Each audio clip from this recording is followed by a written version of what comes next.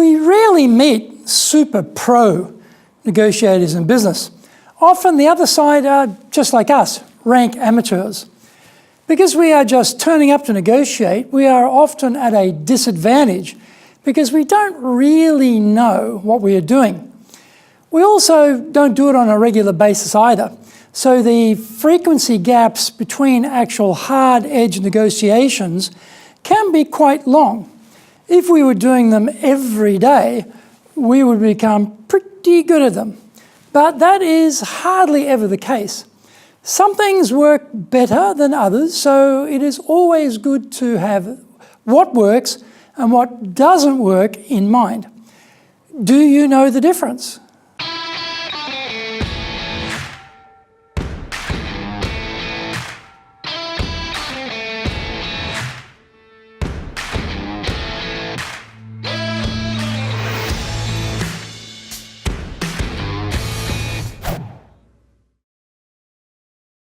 Welcome back to this weekly edition every Tuesday of the Cutting Edge Japan Business Show. I'm your host, Dr. Greg Story, President of Dale Carnegie Training Japan and best-selling author of Japan Sales Mastery. We are bringing the show to you from our High Performance Center in Akasaka in Minato-ku, the business center of Tokyo. Why the cutting edge? In this show, we are looking at the critical areas for success in business in Japan. We want to help advance everyone's thinking so that we can be at the forefront, the cutting edge of how to flourish here in this market. Before we get into this week's topic, here is what caught my attention lately. The young in Japan have recently discovered everyone loves them, and they are in big demand. Consequently, they are now looking at becoming more mobile and considering moving firms. This is not something their parents would have ever entertained. A Tokyo recruitment agency, Disco, did a survey and found that 43% of new employees were already taking action to change jobs. Masuno Tanide from Disco said that this number was high for those just in their first year. Their average satisfaction rate with their employer on joining was nearly 73%, but within a year, this had dropped to 57%. The shine has definitely come off for many new employees. Asked if they would choose the same company again, 12% said absolutely not. And a further 45% said they would make different choices if they could. In a separate Cabinet Office survey last October, that's 2017, and this is also October-November, 72% of people aged between 16 and 29 were supportive of changing careers. This is a long way from the old idea of one company for life, and we will see more and more of this free agent attitude and activity from Japanese youth as they enter the workplace. Strap on your helmet for a dizzy ride. We are going to have to navigate this new free agent era of work in Japan. In other news, Hiromichi Shirakawa, chief economist for Credit Suisse in Japan, said the rich elderly spend $87 billion a year from their savings on their adult children. Why do their kids need money, you might be asking? Why aren't they more independent? As of 2016, the average real wage for employees in their early 40s has fallen 13% compared to those who were the same age a decade earlier. The elderly's support for their kids and grandkids will likely take on even greater economic importance in the years ahead, possibly growing by 10% a year, given their saving stash and a fading desire to leave behind an inheritance.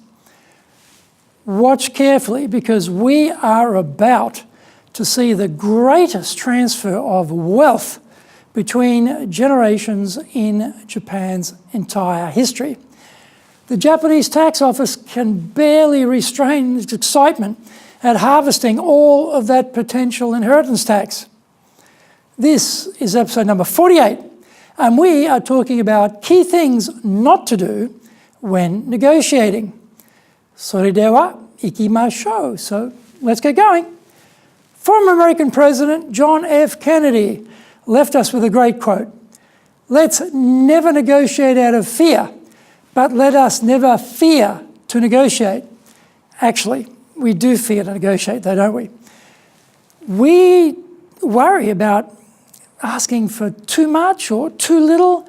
We usually imagine a negotiator as someone totally unlike ourselves, a tough individual with ice coursing through their veins.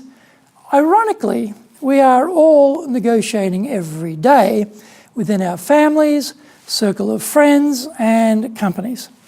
Decisions have to be taken, a direction has to be chosen, and we need others to agree with our idea. This often requires compromise or even giving up our idea in preference to competing suggestions. We are not taught how to negotiate, though, and so we are mainly unschooled amateurs, flailing around. Somewhere along the line, we find ourselves in a sales role and we have to negotiate with the buyers. Procurement officers are often highly expert in negotiations, or at least they are deaf to our appeals about the value we provide. In Japan, however, they are rarely specialists and often take a very basic approach.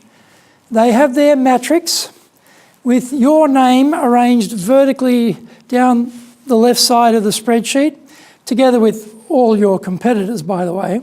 Across the top, they have the products nominated, and in the corresponding spreadsheet cells, they plug in the prices. Bingo, they find the lowest price cell and buy from that company. This is bad. There is no allowance for any differentiation which you may have, because they are applying a very basic code of reference here. In these cases, we need our internal champion to intervene and fight for paying more for better quality. Let's now look at the usual negotiation cases where we are not dealing with these dastardly procurement officers. This negotiation issue is a big topic, so let's narrow the focus to common mistakes we may be making right now, which we should eliminate forthwith. 1. Negotiating price before details. There are many elements usually involved in making a decision, and price is just one of them. We need to garner the full spectrum of issues involved and check our assumptions about what will happen once a deal has been struck. There are variations on pricing according to volume, frequency, regularity, quality, colour, sizing, delivery, options, etc. Many aspects are in play in addition to just price, although most people get fixated on that one variable, and that is a mistake. Clients are also going to be suspecting things like hidden fees, tricky terms of payment or penalties, timings. Hopefully you don't have any of these issues to complicate building the relationship with the buyer. We should anticipate the client's concerns and create our own checklist of items before we even have any discussion with the other party. The object of the negotiation is not to outsmart the other side. It is to create a relationship which is mutually beneficial, and so tics and tricks and clever tactics, this is a formula for a very short and limited relationship. 2, failing to keep in mind that we must leave room for negotiation And key details can occupy our complete attention to the detriment of what we ultimately are trying to achieve. There are micro and macro perspectives involved, and we need to be able to keep reminding ourselves of the big picture while we are mired in the mud and the blood of the details. Find out more when we come back from the break. If you want to sell more and do it more easily, do the Sales Advantage course. If you can't build trust, no sale. Can't design excellent questions to understand the client's needs? No sale. Can't present the solution convincingly? No sale. Can't handle objections properly? No sale. Can't close? No sale. Master the sales process by doing the Sales Advantage course now in either Japanese or English. The bestseller, Japan Sales Mastery, is the new Bible of selling in Japan. To sell to Japanese buyers, you need to create long-term partner-level trust, fully understand Japanese buyers' real needs, convince buyers with your solutions, overcome their hesitation, fear, and doubt, know how to ask for the order, ensure repeat orders. This book is the product of 30 plus years in the trenches selling in Japan. Order Japan Sales Mastery now.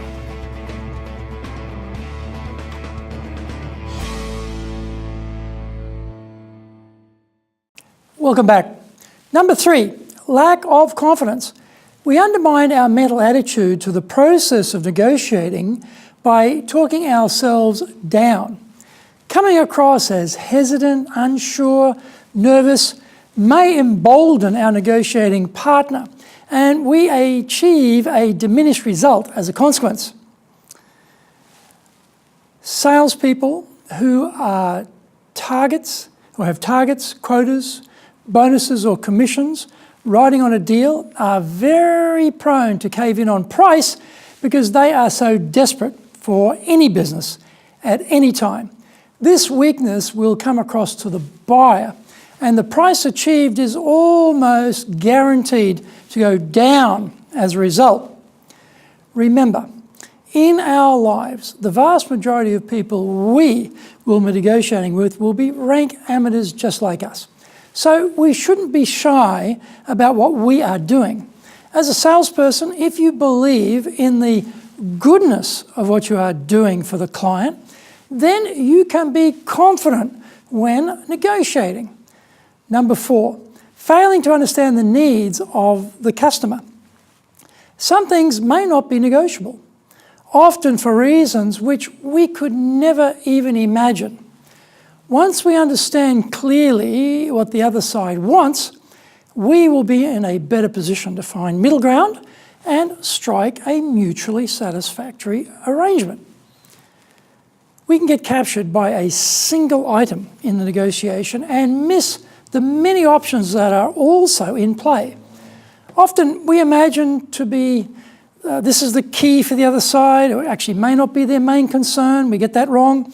We need to find out what is their main concern and find a way of supplying it to their satisfaction. Number 5, letting the customer dictate the process and outcomes. The buyer may feel they are the dominant side in the negotiation and may try to force us to an agreement through brute strength of their buying power.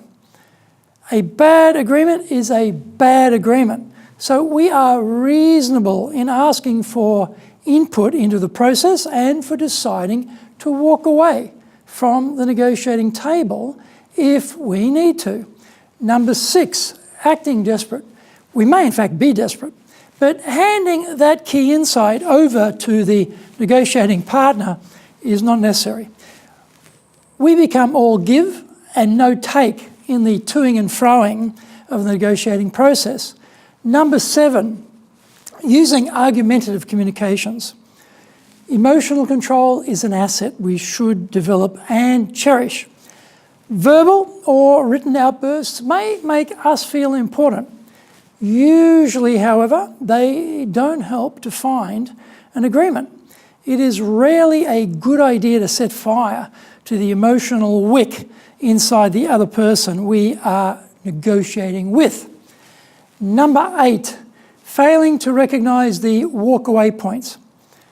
We don't have to agree if we don't like the arrangements, and we are better to flag those early if they are deal breakers. Time is money, so let's move on and find someone else more suitable to negotiate with. We need to have our BATNA, best alternative to a negotiated agreement, ready to go, should we need it.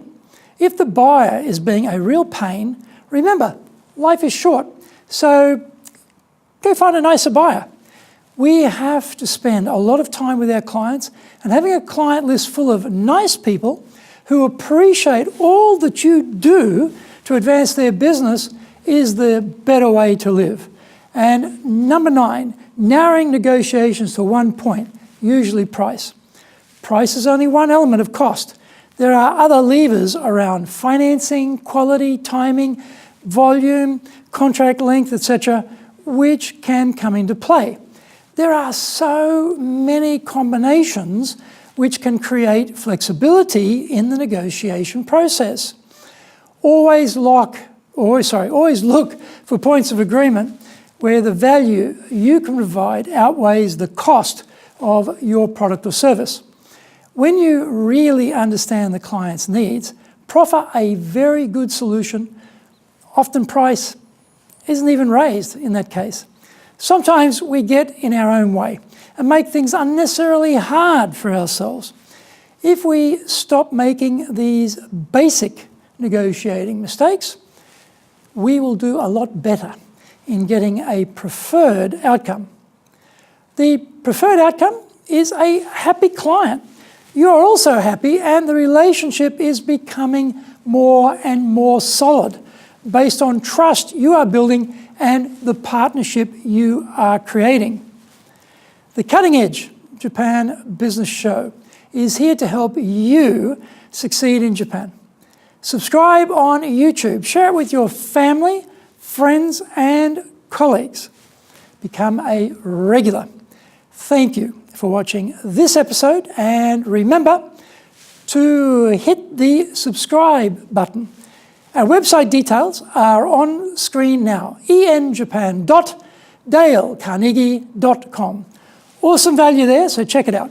In episode 49, we're talking about how to keep staff departure damage to a minimum.